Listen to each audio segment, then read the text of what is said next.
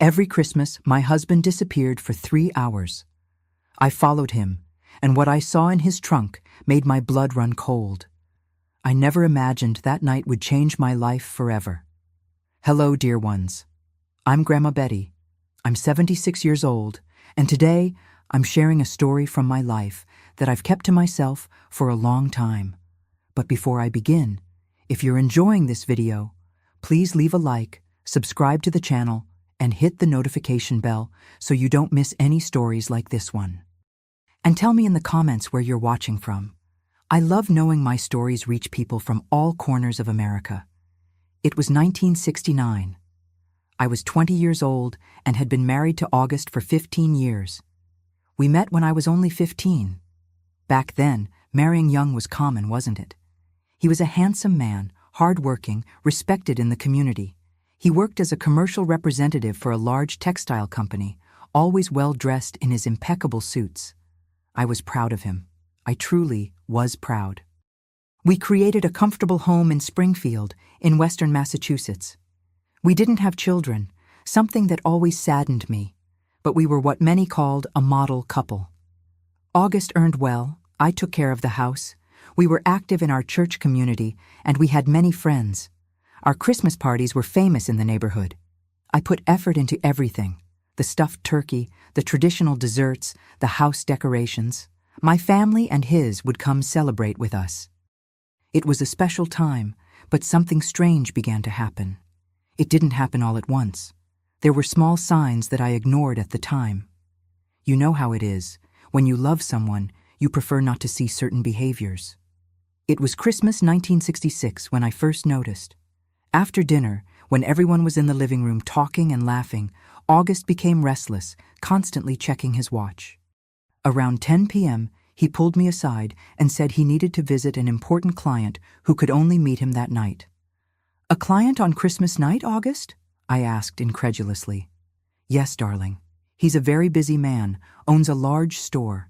He can only see me tonight, and it's an important sale for us," he answered, adjusting his tie in the hallway mirror.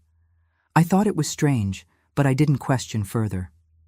August left and returned about 3 hours later, with a smile on his face and smelling of cologne that wasn't his.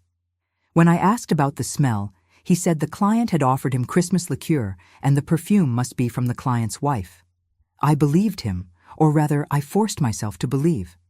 When you're young and in love, you fool yourself, don't you? We prefer to believe a comfortable lie than face a painful truth. The next day, when I was organizing the gifts to distribute to the family, I noticed something strange.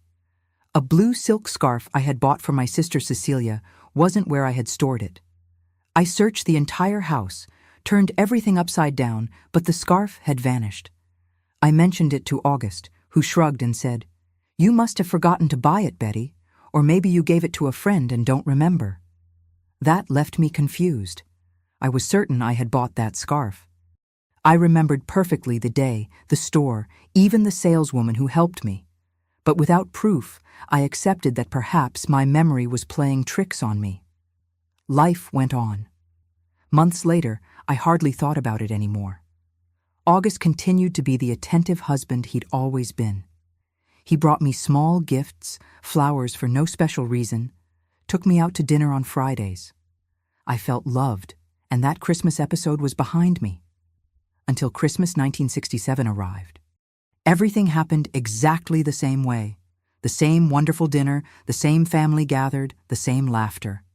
And again, around 10 p.m., August looked at his watch, became restless, and told me he needed to visit that important client. "Again, August, on Christmas night?" I questioned, now with a hint of suspicion in my voice. "It's the only time he can see me, darling. I promise not to be long."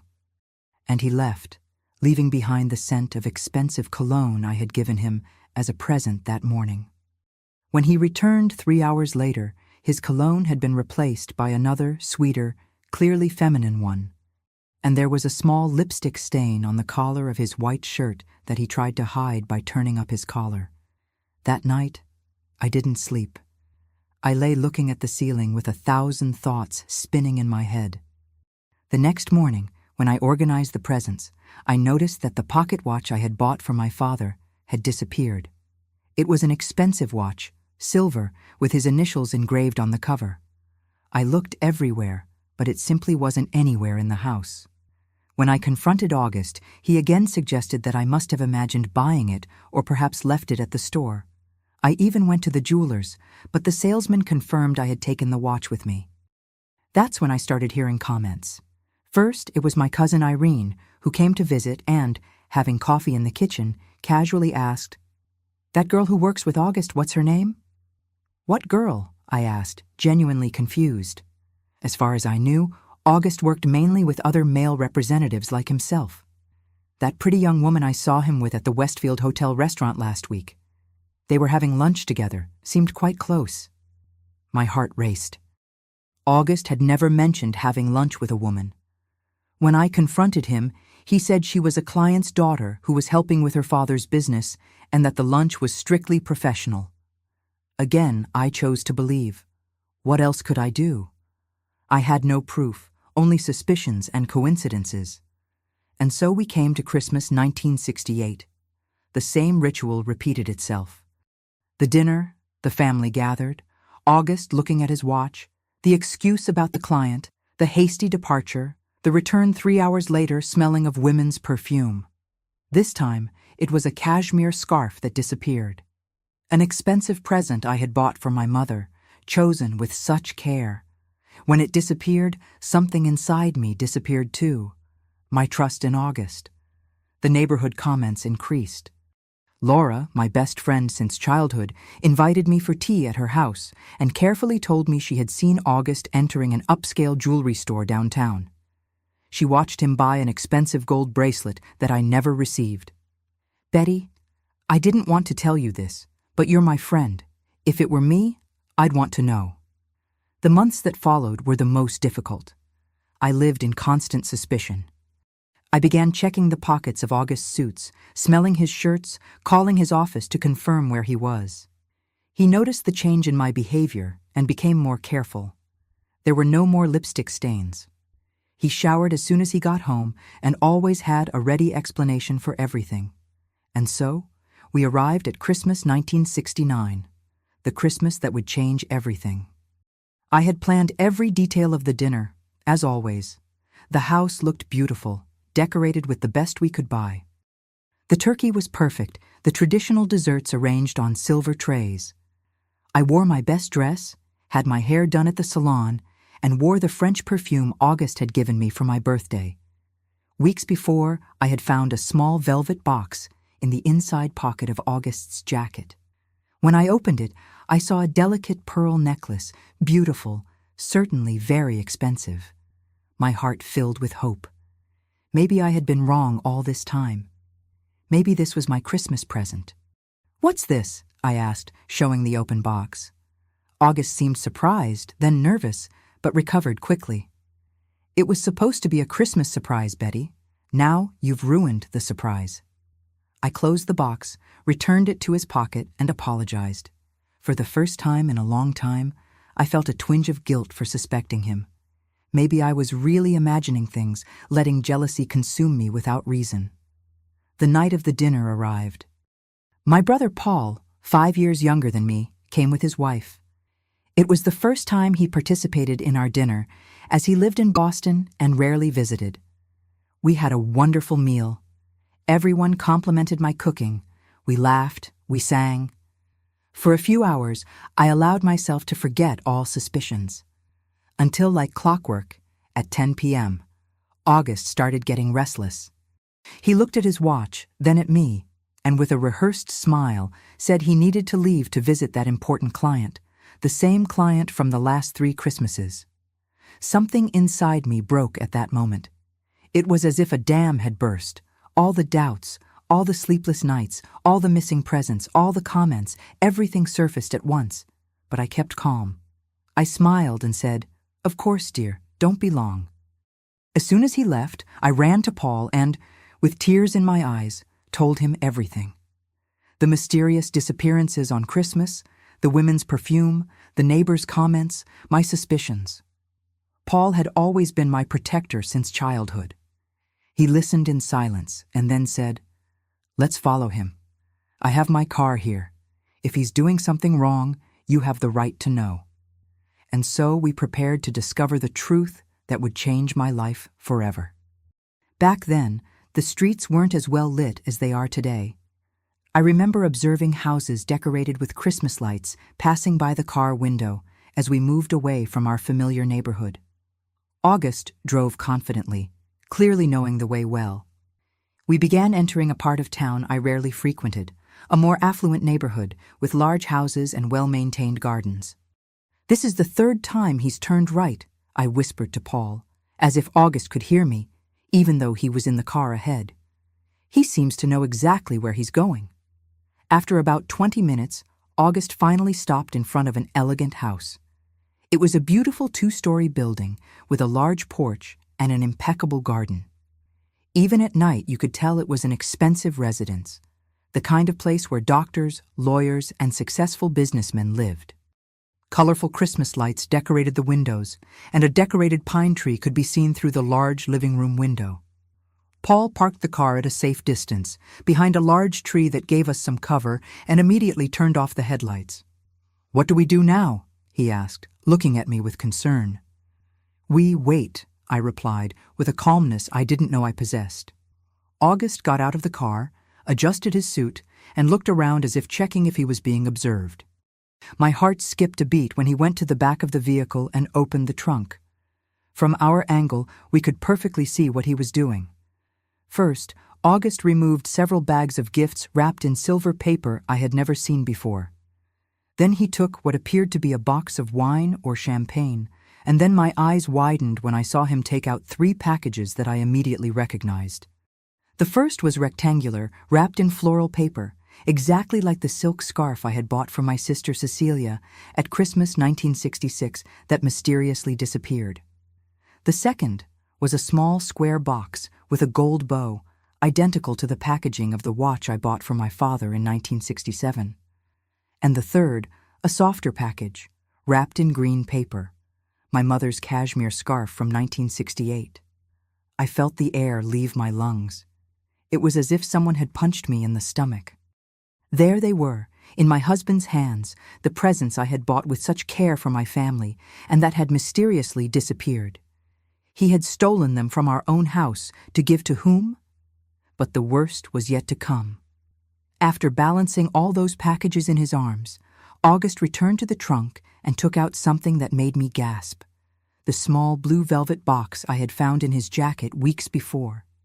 The box that supposedly contained the pearl necklace that would be my Christmas present. "That bastard," muttered Paul beside me, gripping the steering wheel tightly. I couldn't respond. A mixture of anger, sadness, and humiliation overcame me. It was as if the ground had opened beneath my feet. All that time, he was not only cheating on me, he was stealing the presents I bought for my own family and taking them to someone else. August closed the trunk and, with his arms full of presents, walked to the house door. He rang the doorbell with his elbow and waited. When the door opened, a golden light spilled onto the walkway. We couldn't see who had received him, but the smile on August's face said it all. He entered, and the door closed behind him. "Let's go," said Paul, starting the car. "Have we seen enough?" "No," I replied firmly, surprising myself. "I need to see who's in that house. I need to know who he's taking the presents he stole from me to." Paul tried to argue, but he recognized the determination in my voice. We parked the car a bit further ahead, where it would be less visible, and walked back to the house. My heart was beating so hard, I thought it would be heard throughout the neighborhood. The cold December air cut my face, but I barely felt it, such was my determination. We cautiously approached the house. There was a large window on the side, partially covered by light curtains. Through it, we could see part of the living room. The vision I had through that window on that Christmas night of 1969 will forever be etched in my memory. The room was beautifully decorated, with fine furniture and artwork on the walls.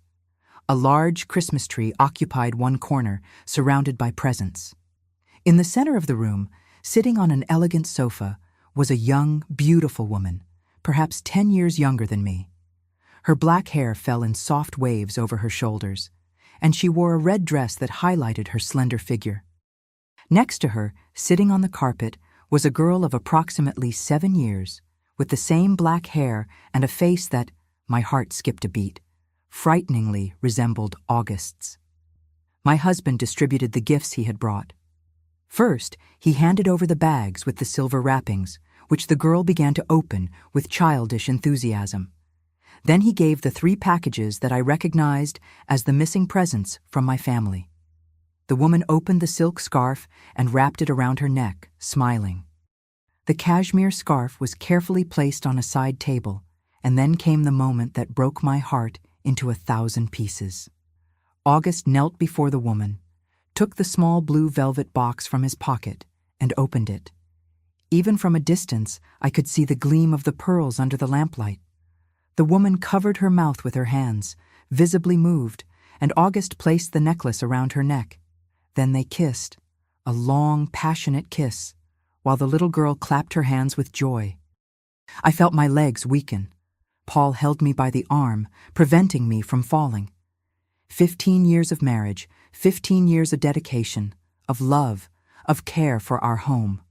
All a lie. August not only had a mistress, he had a complete other family. At that moment, something inside me changed. The pain gave way to a cold, calculated anger. I straightened my shoulders, wiped away a solitary tear that escaped down my face, and walked determinedly to the front door of the house. Paul tried to stop me, but I was beyond any caution. I rang the doorbell. The seconds that followed seemed like an eternity. Finally, the door opened, and August appeared.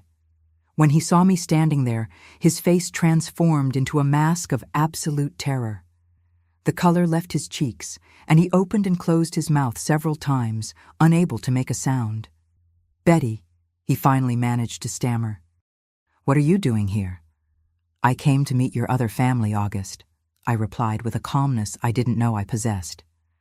"I came to see where the presents that disappear from our house every Christmas go." The woman in the red dress appeared behind him, confused.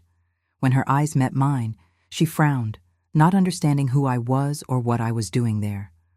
"August, who is this lady?" she asked, and her voice was soft, polite.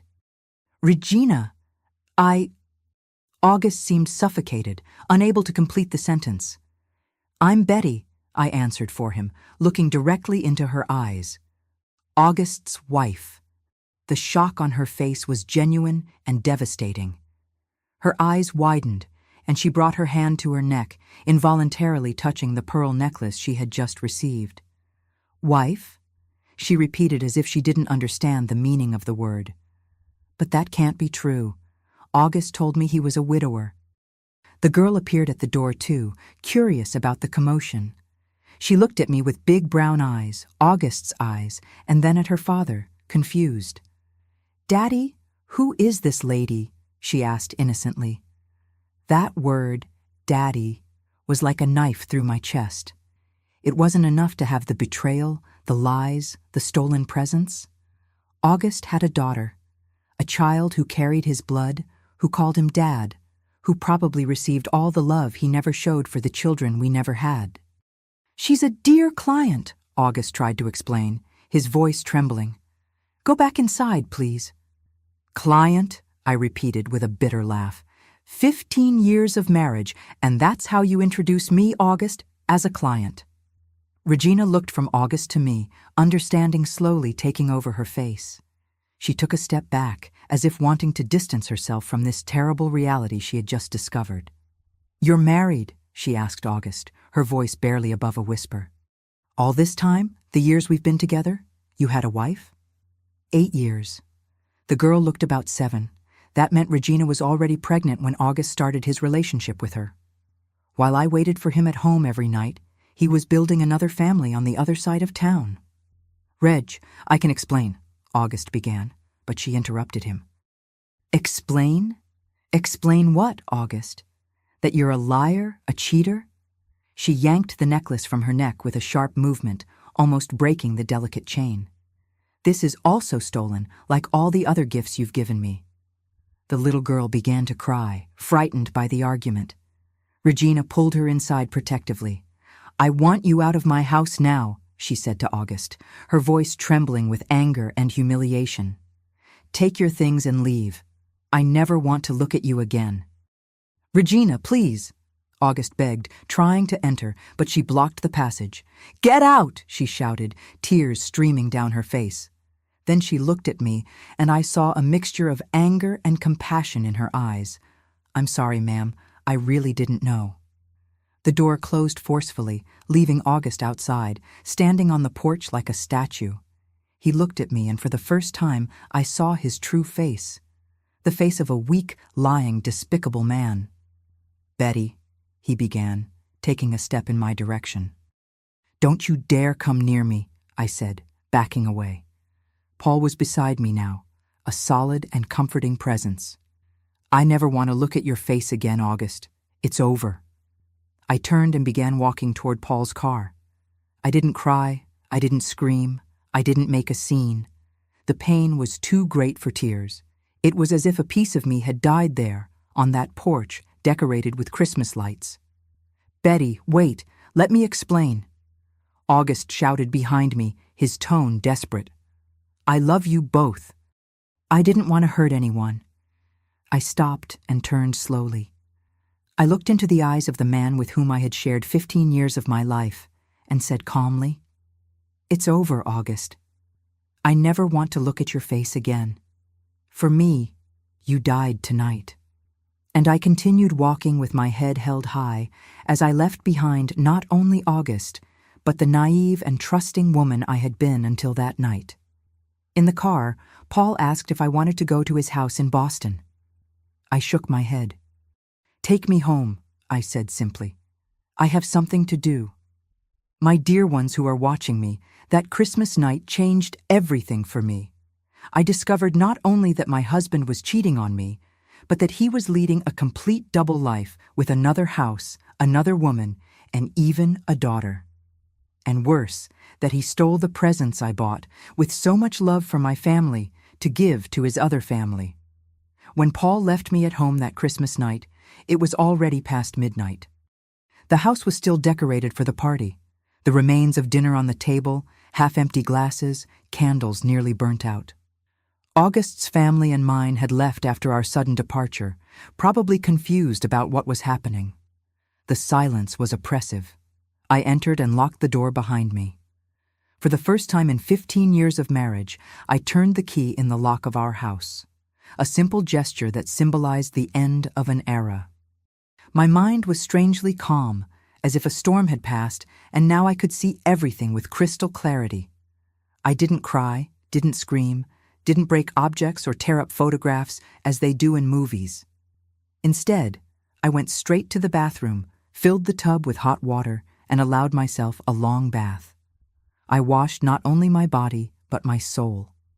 I washed away 15 years of lies, of illusions, of a life that I now realized had never been real. As the water cooled around me, I made my decision. August had stolen 15 years of my life. He had stolen the possibility of having children with a man who truly loved me. He had stolen my trust, my dignity, and I would not allow him to steal anything more. I got out of the tub, dried myself, and put on a clean nightgown. I took a blanket and a pillow and settled on the living room couch. I would never sleep in the bed I shared with August again. But surprisingly, I slept deeply, without dreams, as if my body knew I needed strength for what was to come next.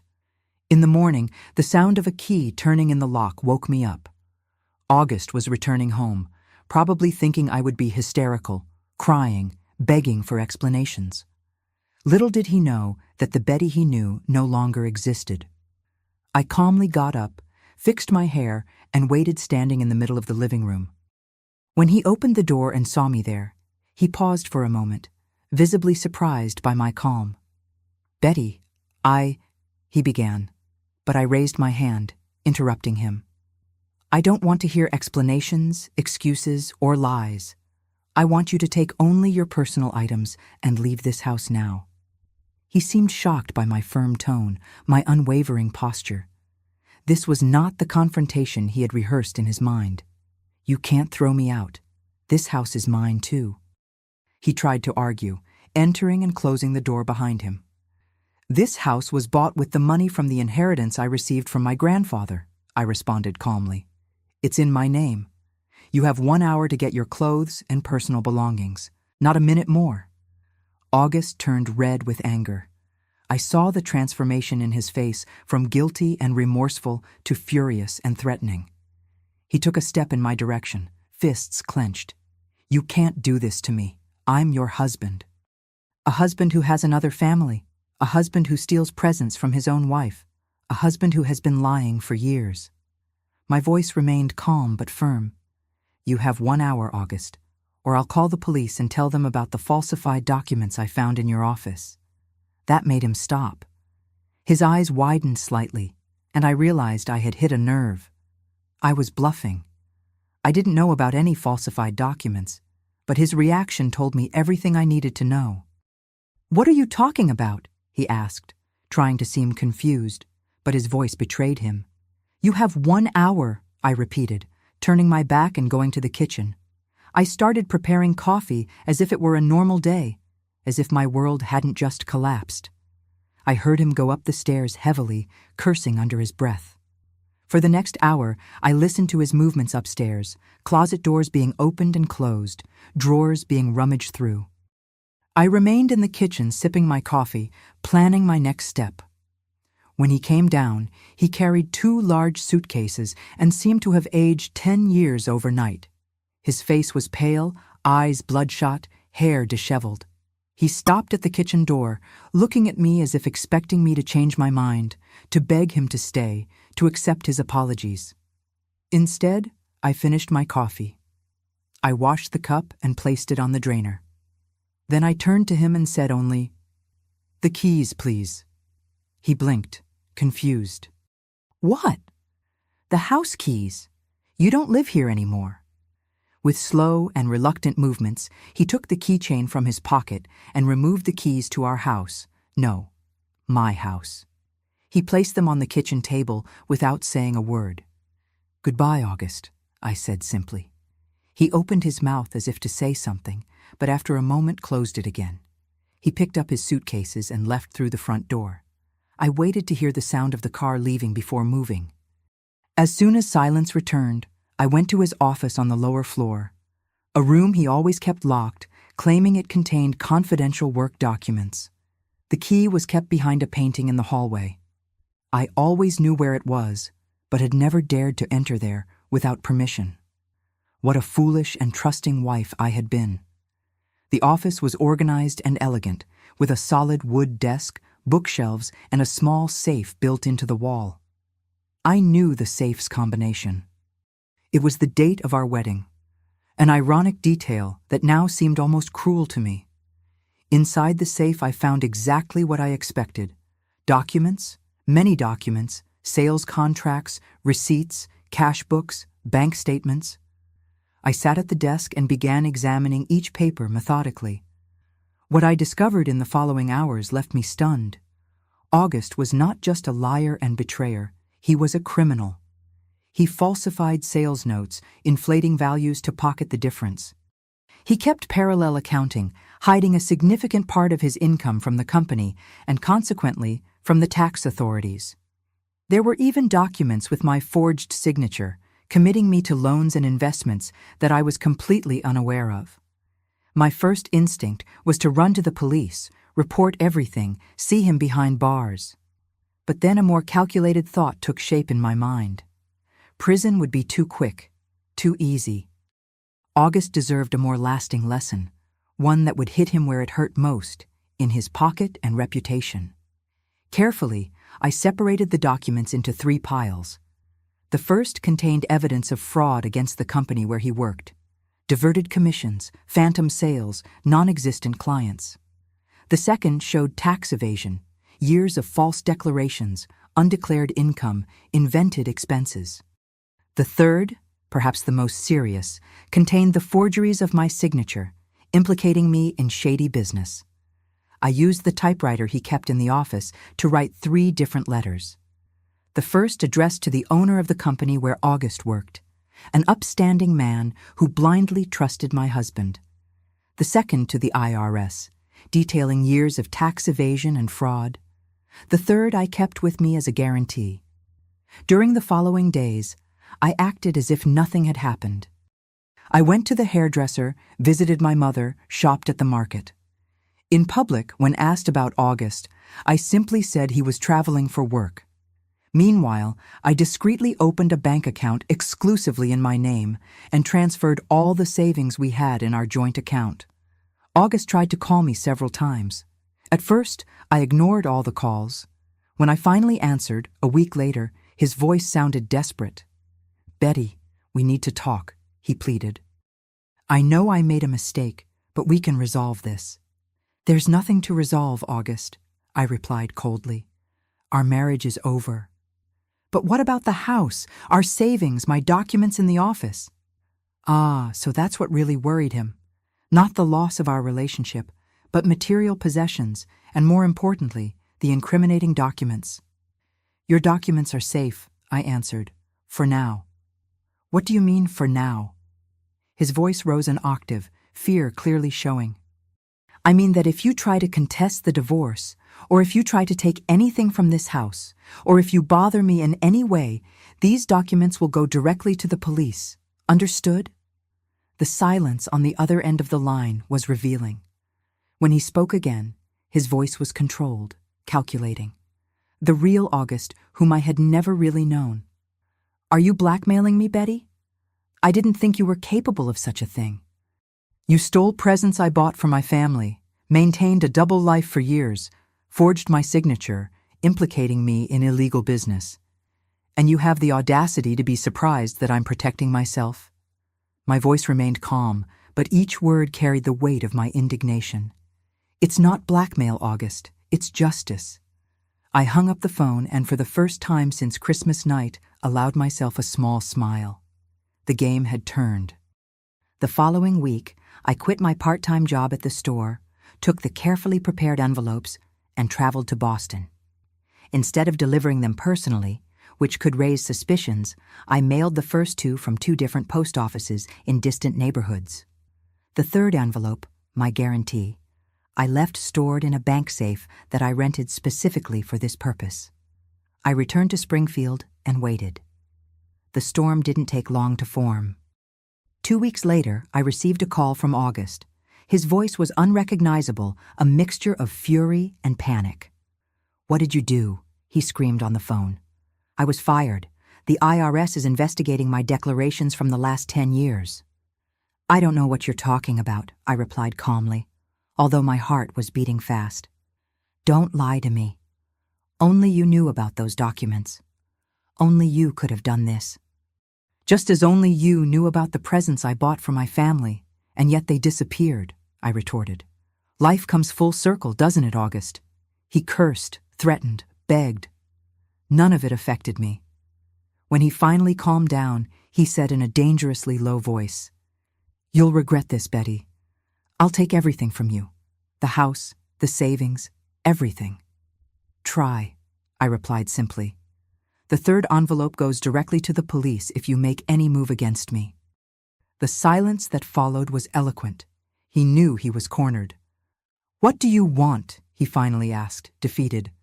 "I want an uncontested divorce. I want to keep the house and our savings, and I want you out of my life forever. And in exchange, the third envelope remains where it is, kept and sealed." There was a long pause before he answered. "All right, you win." The divorce was quick and discreet. August didn't contest any terms, allowing me to keep the house and our savings. In a few months, I was officially single again, at 35, starting a new life. As for August, I heard from acquaintances that he left Springfield soon after the divorce, professionally disgraced and financially ruined. The company sued him for the fraud, and the IRS imposed heavy fines for tax evasion. Apparently he tried to seek shelter with Regina, but she, having discovered the extent of his lies, also rejected him. I never knew where he went after that, nor did I care to find out. For me, August was dead from that Christmas night when I saw the contents of that trunk. My dear ones, revenge may seem sweet at the moment, but I learned that its true value lies in the liberation it provides. It wasn't August's suffering that healed me, but rather taking back control of my own life. Using against him the same weapons he used against me, deception and manipulation, I achieved my independence and a new beginning. But life holds surprises for all of us, good and bad. And what happened in the years that followed, how I rebuilt my life and found a new meaning for my existence, is something I'll tell in the next part of this story. If you're enjoying my account, please leave your like, share it with someone who would appreciate hearing this message of hope, and tell me in the comments which part of my story resonated with you the most. Until the next story, my dear ones, remember always, our past shapes us, but it doesn't need to define us. Part 2. Rebuilding my life. After the divorce, I found myself completely alone for the first time in my adult life. At 35 years old, in 1970, being a divorced woman in a small town like Springfield wasn't easy. Judgmental looks followed me wherever I went, with whispers behind cupped hands when I passed the ladies at church. The indiscreet questions about what had happened to poor August. Few people knew the complete truth. For most, I was the villain of the story, the difficult wife who had kicked her husband out of the house and ruined his reputation. August, always charismatic, had cultivated an impeccable image in the community. I, on the other hand, had always been more reserved, less sociable. It's not hard to imagine which side people took. My only allies were my mother, who never doubted my word, and my friend Laura, who had warned me about August years before. My brother Paul, who knew the whole truth, lived too far away to offer daily support. The rest of my family and friends were divided, many preferring to keep their distance from a scandal that could tarnish their own reputations by association. The first months were the most difficult. I woke up every morning in a house that seemed too big, too silent. The side of the bed where August slept remained untouched. I couldn't allow myself to occupy that space, as if it were the last vestige of a life that no longer existed. Meals prepared for just one person seemed a sad reminder of my solitude. Still, there was something liberating about being alone. I no longer had to answer to anyone. I no longer had to worry about elegant dinners for August's work colleagues. I no longer had to pretend we were the perfect couple. For the first time in 15 years, I could be just Betty, whoever she was. And that was my greatest challenge, rediscovering who I was. Throughout my marriage, I had defined myself as August's wife. My tastes, my opinions, my dreams. Everything had been molded to complement his life, to fit into the role he expected me to play. One day, about 3 months after the divorce, I was cleaning August's old office, the last room in the house that still held his presence. That's when I found, hidden behind some books on the shelf, an old notebook of mine. It was a diary I had kept before I met August, when I was only 14 years old. I sat on the dusty floor and began to read. The yellowed pages revealed a young woman full of dreams and ambitions. I wanted to study, travel, see the world. I wanted to be a teacher, inspire other young minds. I planned to have a large family, 5 or 6 children running around the house. There were poems, drawings, magazine clippings with places I dreamed of visiting. I cried reading those words written in still childish handwriting. Where had that dreamy girl gone? At what moment had I allowed her dreams to be replaced by someone else's? That night, I made a decision. It was time to rediscover my dreams and, more importantly, pursue them. But where to start? The opportunity came from an unexpected source. Laura, who worked at the only bookstore in town, told me that the owner, Mrs. Celeste, was looking for an assistant. Celeste was a 70-year-old widow who had run the bookstore alone since her husband's death 2 decades earlier. Now, her eyesight was failing, and she needed help. The next day, I went to the bookstore. It was a welcoming place with shelves that went from floor to ceiling, filled with books of all kinds. The smell of paper and ink permeated the air, mixed with the aroma of jasmine tea that Mrs. Celeste always kept in a teapot, on a small burner on the counter. "Laura told me about you," said Celeste, examining me over her thick-rimmed glasses. "She said you're organized, honest, and love to read." "I love books very much," I replied shyly, realizing at that moment how long it had been since I had read something purely for the pleasure of reading. "Well, that's the basic requirement for working here," Celeste smiled. "But I need someone who does more than just sell books. I need someone who understands that each volume on these shelves is a door to a different world, and that helping someone find the right book at the right time is almost a sacred act." Something in that phrase touched a deep chord within me. "I believe that," I said with more conviction than I had felt in a long time. I began working at the bookstore the next day. The first weeks were intense learning.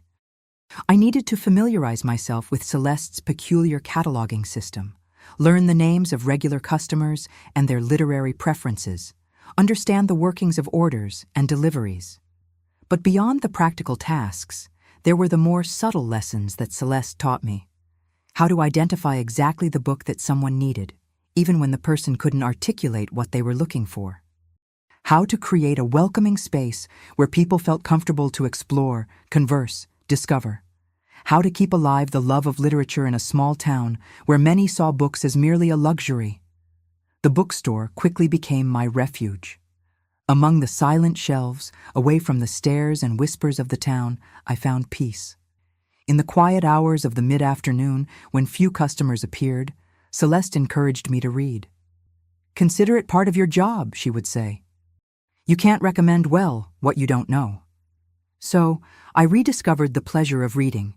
I devoured novels, biographies, poetry, essays.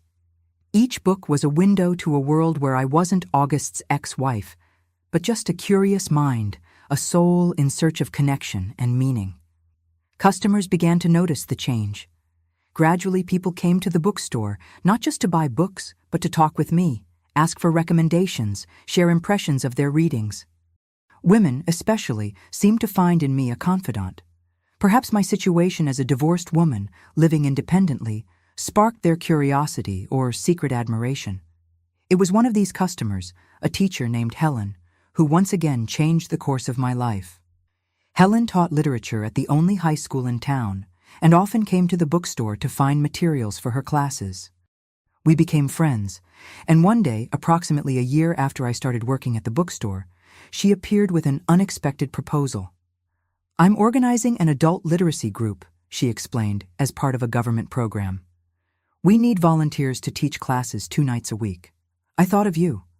My immediate reaction was refusal. "But I have no training for this. I haven't even finished my studies." Helen smiled. "You have something more important than diplomas. You have passion for books and for reading, and you have empathy. I've seen how you help people here, how you really listen to them." She added, "Besides, the program includes training for volunteers. You wouldn't be alone." Reluctantly, I agreed to try. The following week, I attended the first training session held in a classroom at the school after regular class hours. There were 6 volunteers, most teachers like Helen, all with more formal education than I had. I felt out of place, inadequate. But when the training began, something awakened within me. The teaching techniques, the educational materials, the discussions about how to connect with adult students, everything seemed to make profound sense, almost as if I were rediscovering knowledge I already had, but had forgotten.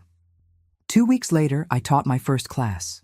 My class consisted of 10 adults, men and women, between 30 and 65 years old. Most were farm workers or domestic workers who had never had the opportunity to study. They were there for different reasons. Some wanted to read the Bible without help.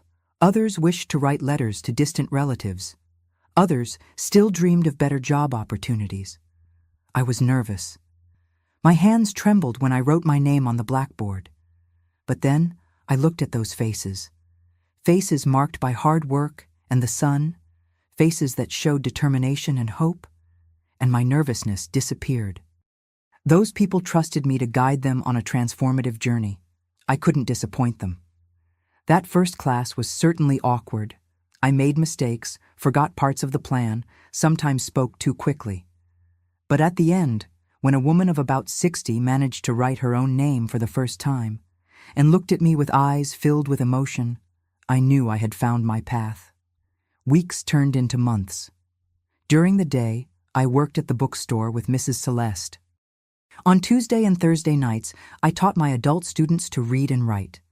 On weekends, I studied, prepared classes, read about teaching techniques. There wasn't much time left to think about August or lament the past. On one of these study weekends, in the spring of 1972, I went to Boston to visit my brother Paul and to find some books we couldn't get in Springfield. He suggested we visit the book fair, an annual event that brought together publishers and bookstores from all over the country. The fair was a dream for someone like me. Hundreds of stands full of books, authors giving talks and signing works, people of all types united by their love for reading. I walked among the stands like a child in a candy store, amazed by such abundance. It was at a small stand dedicated to educational books that I met him, or rather, he found me. I was examining a literacy manual when a deep voice asked, "Do you work with adult education?" I looked up and saw a middle-aged man, gray at the temples, kind eyes behind thin-rimmed glasses. He was simply dressed in a shirt with rolled-up sleeves and well-pressed pants. There was something in his posture that inspired immediate trust. "Yes," I replied. "I'm a volunteer in a literacy program in Springfield." He smiled, and that smile lit up his entire face. "Richard Kent," he introduced himself, extending his hand. "I'm a professor at the School of Education here in Boston. I coordinate a similar project." We talked for almost an hour. Richard was a widower, had 2 adult children, and dedicated his life to improving education, especially for those who didn't have opportunities at the conventional age. He spoke passionately about his work, about how literacy could transform entire lives. At the end of our conversation, he asked if I would like to participate in a workshop he would be conducting the following week, specifically for volunteers in literacy programs. It would be in Boston for an entire Saturday. "I'd love to," I answered sincerely, "but I'm not sure if I can come to Boston just for that. The bookstore—" "I understand," he said, looking genuinely disappointed. Then, after a moment of hesitation, he added, "Actually, we're planning to expand the workshop to other cities. Maybe I could come to Springfield for a special session, if you can gather other interested volunteers, of course." The offer caught me by surprise. "You would travel to Springfield just for that?" "Yes," he smiled. "I believe the work you're doing is crucial. Any help I can offer." 2 weeks later, Richard came to Springfield. The workshop was held in a borrowed classroom at the school where Helen taught. Not only did volunteers from our program attend, but also teachers from the region and people simply interested in the topic. Richard was a born teacher. He spoke with clarity and enthusiasm, shared practical examples, answered questions with patience and respect. We all left that day inspired, with new ideas and renewed energy for our work. Before leaving, Richard invited me to dinner. I accepted, albeit with some hesitation. I hadn't gone out with any man since the divorce, and I wasn't sure if I was ready for that, even if it was just a professional dinner. But the meeting was surprisingly comfortable. Richard was an excellent listener, genuinely interested in my journey, my challenges, my discoveries in the field of education. There was no pressure, no romantic insinuation, just 2 people connected by a common passion. When we said goodbye at the door of the small hotel where he was staying, Richard held my hands and said, "Betty, you have a gift for teaching. Have you considered formalizing your education, completing high school, maybe even entering university?" I laughed nervously. At my age, with my history, I think that opportunity has already passed me by. He shook his head seriously. "It's never too late for education, and your life experience would only enrich your studies. Think about it." That night, lying in my bed, I thought a lot about Richard's words. Could I really resume my studies? Could there be a new life for me beyond the boundaries of Springfield, beyond the limitations I had imposed on myself? In the weeks that followed, Richard and I kept in touch through letters. He sent me reading materials, answered my questions about teaching techniques, commented on the progress I reported with my students. It was a friendship based on mutual respect and shared interests. It was in one of these letters that Richard mentioned a new university program specifically for adults who wanted to complete their formal education. "It would be perfect for you," he wrote. "I'm certain you could get a scholarship, considering your volunteer work." The idea of going back to school, planted by Richard, grew within me every day. At night, after closing the bookstore or returning from literacy classes, I found myself dreaming of a different life. A life that included a university classroom, academic books, intellectual discussions, dreams that seemed impossible for a divorced woman of 37 in 1972. I shared my hesitations with Mrs. Celeste during a quiet afternoon at the bookstore. We were organizing a shipment of newly arrived books when I mentioned Richard's letters and his suggestion about resuming my studies. "And what's stopping you?" she asked, looking at me over her glasses with that penetrating expression that always made me feel as if she could read my soul. "Everything," I sighed. "My age, my lack of formal studies, money, this town." Celeste closed the book she was cataloging and rested her hands on the table, fixing her eyes on mine.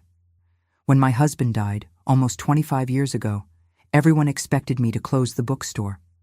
A 45-year-old widow shouldn't run a business alone, they said. I should sell everything and go live with my sister in Hartford. Do you know why I didn't do that?" I shook my head, curious. "Because I realized I had two choices: live the life others thought appropriate for me, or live the life I wanted for myself. I chose the second option and never regretted it for a day." She adjusted her glasses and smiled. "Now you're facing the same choice, Betty." Her words resonated deeply. That night, I wrote to Richard, accepting his offer to help me enter the adult education program. 2 weeks later, I received a voluminous package containing all the application forms, information about scholarships, and a handwritten note from Richard. "The first step is always the hardest. I'm here to help with whatever you need." The following months were a whirlwind. I prepared for the admission exams, studying in my free hours between work at the bookstore and literacy classes. Richard sent me study materials and occasionally came to Springfield for workshops, always finding time to guide me personally. Our friendship grew with each meeting, each letter. Richard was everything August had not been: attentive without being possessive, respectful of my opinions, genuinely interested in my thoughts and dreams. Yet, he maintained a respectful distance, never pushing for more than I was ready to offer. In December 1972, I received the letter that would once again change the course of my life. I had been accepted into the special program at Boston University with a partial scholarship that would cover half the expenses. Would it be enough? Celeste, always my confidant, didn't hesitate when I shared the news and my financial concern. "I have a proposal for you," she said, serving us tea in her fine porcelain cups, reserved for special occasions. "For years, I've been thinking of opening a branch of the bookstore in Boston, but I never found the right person to manage it. You could be that person, Betty. A small apartment above the shop would be part of your compensation, also solving your housing issue." I choked on the tea. "But Celeste, I can't leave you alone here, and my students in the literacy program?" "I can hire another assistant," she replied with simplicity. "As for your students, I'm sure Helen will find someone to replace you. Besides, think of how many more people you can help with a university education." And so, in February 1973, I left Springfield with my heart divided between the sadness of leaving and the excitement for what was to come. The house where I had lived with August was sold, and the money, added to what I had already saved, would provide good support during my studies. Boston was a completely different world from Springfield. Larger, more bustling, full of possibilities. The new branch of Celeste's bookstore was in a university neighborhood, and the small apartment above the shop was simple but cozy. The walls were quickly covered with bookshelves, transforming the space into my own literary refuge. Richard was a constant presence during my adaptation to the new city and university life. He helped me navigate the campus, understand academic procedures, overcome my initial intimidation with professors and colleagues decades younger than me. "You have something they don't," he would remind me when I felt insecure. "Life experience. Don't underestimate its value." The first semesters were challenging. Dividing my time between studies and managing the bookstore required discipline and sacrifice. Many nights I spent awake, studying after closing the store, preparing papers, reading academic texts that sometimes seemed written in another language. But there was also an intoxicating joy in learning, in feeling my mind expanding with each new idea, each new concept. Gradually, I gained confidence in the classroom. I began to participate in discussions, to question, to contribute with my own perspectives. My experience with the literacy program in Springfield became the subject of my first important academic paper at the end of the second semester. Richard, who was a professor in a different department than mine, offered to review the text before submission. I invited him to dinner at my apartment one night in June 1973 to discuss the paper.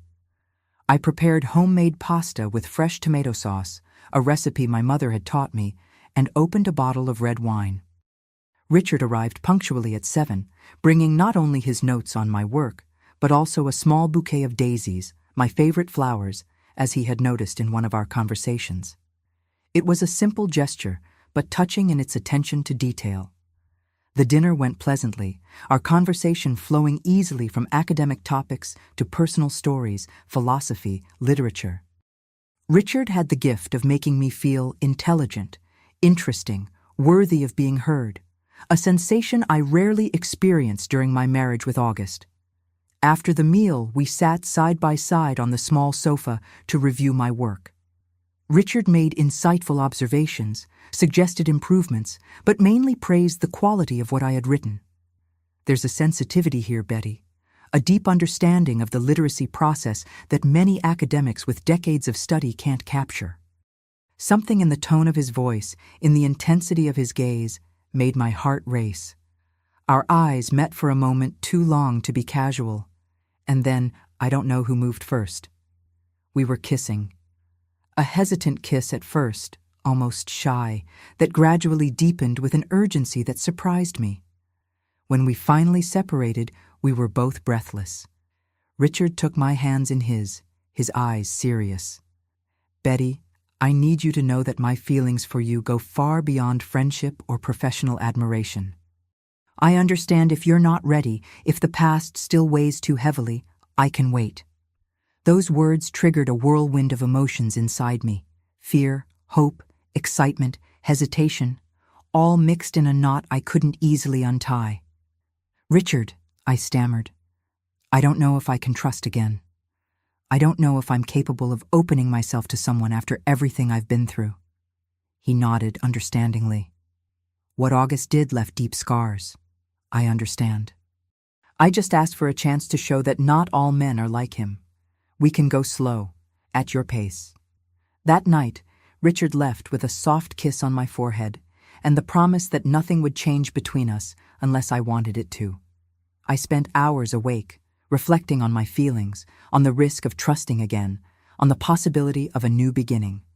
In the weeks that followed, Richard kept his word. He continued to be a friend and mentor, never pushing, never demanding more than I was ready to give. We continued to see each other regularly to discuss my studies, to stroll through Boston Common on Sundays, to visit art exhibitions or attend lectures on campus. It was during one of these Sunday afternoons, walking among the trees in the park, that I realized I was falling in love with him. It wasn't a dramatic revelation, just a quiet certainty that settled in my heart. Richard was good, honest, respectful. He was a man who believed in me, who valued my mind as much as any other part of me. On an impulse, I stopped walking and took his hand. Richard looked at me, surprised. "I'm ready," I said simply.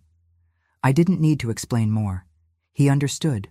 Our relationship blossomed slowly, with the caution of two people who knew the pain of loss. Richard never tried to replace or erase my past. Instead, he helped me integrate it into the new life we were building together. In 1975, when I was in my third year of college, Richard proposed to me. It was a simple proposal, without grand romantic gestures, just a sincere question asked during a dinner at his apartment. "Betty, would you do me the honor of sharing the rest of your life with me?" I hesitated only for a moment, not out of doubt, but due to the magnitude of the decision. "Yes," I finally answered, "but with one condition." Richard raised his eyebrows, curious.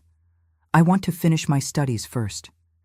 I want to walk into our marriage as a woman complete in herself, not as someone who needs a man to define her." He smiled, his eyes shining with admiration.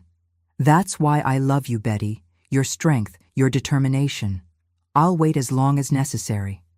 We married in January 1977, 1 month after my graduation.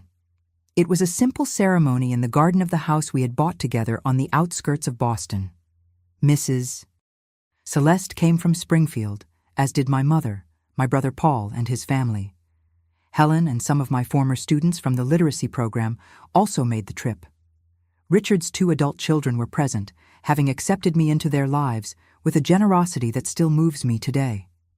In the years that followed, we built a life based on mutual respect, shared interests, and genuine love. Richard continued teaching at the university until his retirement in 1985.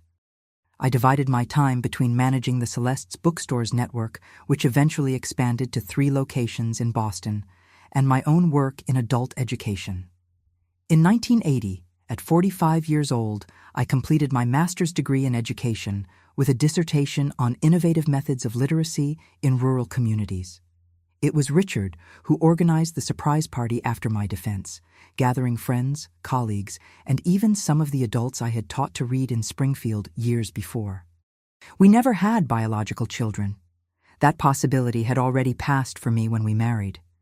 But Richard's children, Edward and Marianne, became like my own, especially after the birth of their children, my heart's grandchildren. And over the years, dozens of students, both the university students and the adults from the literacy programs I continued to coordinate, filled our house and our life with youth and purpose. As for August, for many years I knew nothing of him. It was only in 1990, almost 20 years after our divorce, that I received an unexpected letter. It was signed by Regina, the woman with whom August maintained his parallel relationship during our marriage. In the letter, she explained that August had recently died after years battling alcoholism. Before dying, he had asked her to find me to deliver something. Intrigued and apprehensive, I agreed to meet her at a cafe in downtown Boston. Regina had aged with dignity. Her hair was now gray, but she still maintained that serene beauty I had noticed on that fateful Christmas night. She brought with her a small box and her daughter Julia, now a young woman in her 20s with the same eyes as August. "He kept these all these years," said Regina, pushing the box toward me. "He said it was the only honest thing left from his marriage to you." Inside the box, I found the blue silk scarf I had bought for my sister, the watch that was for my father, and the cashmere scarf for my mother. The presents August had stolen over so many Christmases. Along with them, an envelope with my name written in the familiar handwriting. I didn't open the letter immediately. I waited until I was alone at home, sitting on the porch that overlooked our garden. Richard was traveling for a conference, and I felt that this moment belonged only to my past. The letter was brief, just a few lines from a man obviously ill, possibly already near the end. "Betty, there aren't enough apologies for what I did to you. I ruined the best part of your life with my lies. I've spent decades paying the price, but I know it will never be enough. These presents should have gone to your family. At least this I can try to fix, even if too late. I hope you've found the happiness you deserve. August." I didn't cry reading those words. Time had transformed my pain into a kind of distant peace. August was no longer the villain in my story. He was just a broken man who made terrible choices and lived with the consequences. When Richard returned from his trip, I told him about the meeting with Regina and August's letter. He listened in silence, holding my hands in his. "How do you feel?" he finally asked. I reflected for a moment before answering. "Grateful," I finally said. Not for any late redemption from August, but because without that Christmas night, without all that pain, I wouldn't be here today. I wouldn't have found my true path. I wouldn't have found you. Richard smiled and pulled me into his arms. I think that's what they call turning ashes into beauty. And so has been my life, my dear ones. Richard left us 5 years ago, after 40 wonderful years together. I miss him every day, but I continue living a full life, surrounded by our combined families, our grandchildren and great-grandchildren, and the many books we shared over the years. That Christmas night of 1969 could have destroyed me. For a time, I thought it had. But I learned that, even in the most painful experiences, there are seeds of transformation if we choose to cultivate them. Today, at 76 years old, I look back and see not a life divided by a betrayal, but a complete journey with its deep valleys and glorious peaks. That young Betty, who followed her husband to an unknown house and saw her heart shattered by the contents of a trunk, could never have imagined the rich and meaningful life that awaited her. And that's what I want to leave with you today. No matter how dark the night seems, dawn always comes. No matter how painful the fall, there is always the possibility of rising stronger, wiser, more authentic. Sometimes the end of one dream is just the beginning of another, greater and truer one. Thank you for accompanying me on this journey of memories. If my story has touched your heart in any way, please leave your like, share it with someone who might need to hear this message of hope, and tell me in the comments which part of my story resonated with you the most. Until the next story, my dear ones, remember always, our past shapes us, but it doesn't need to define us.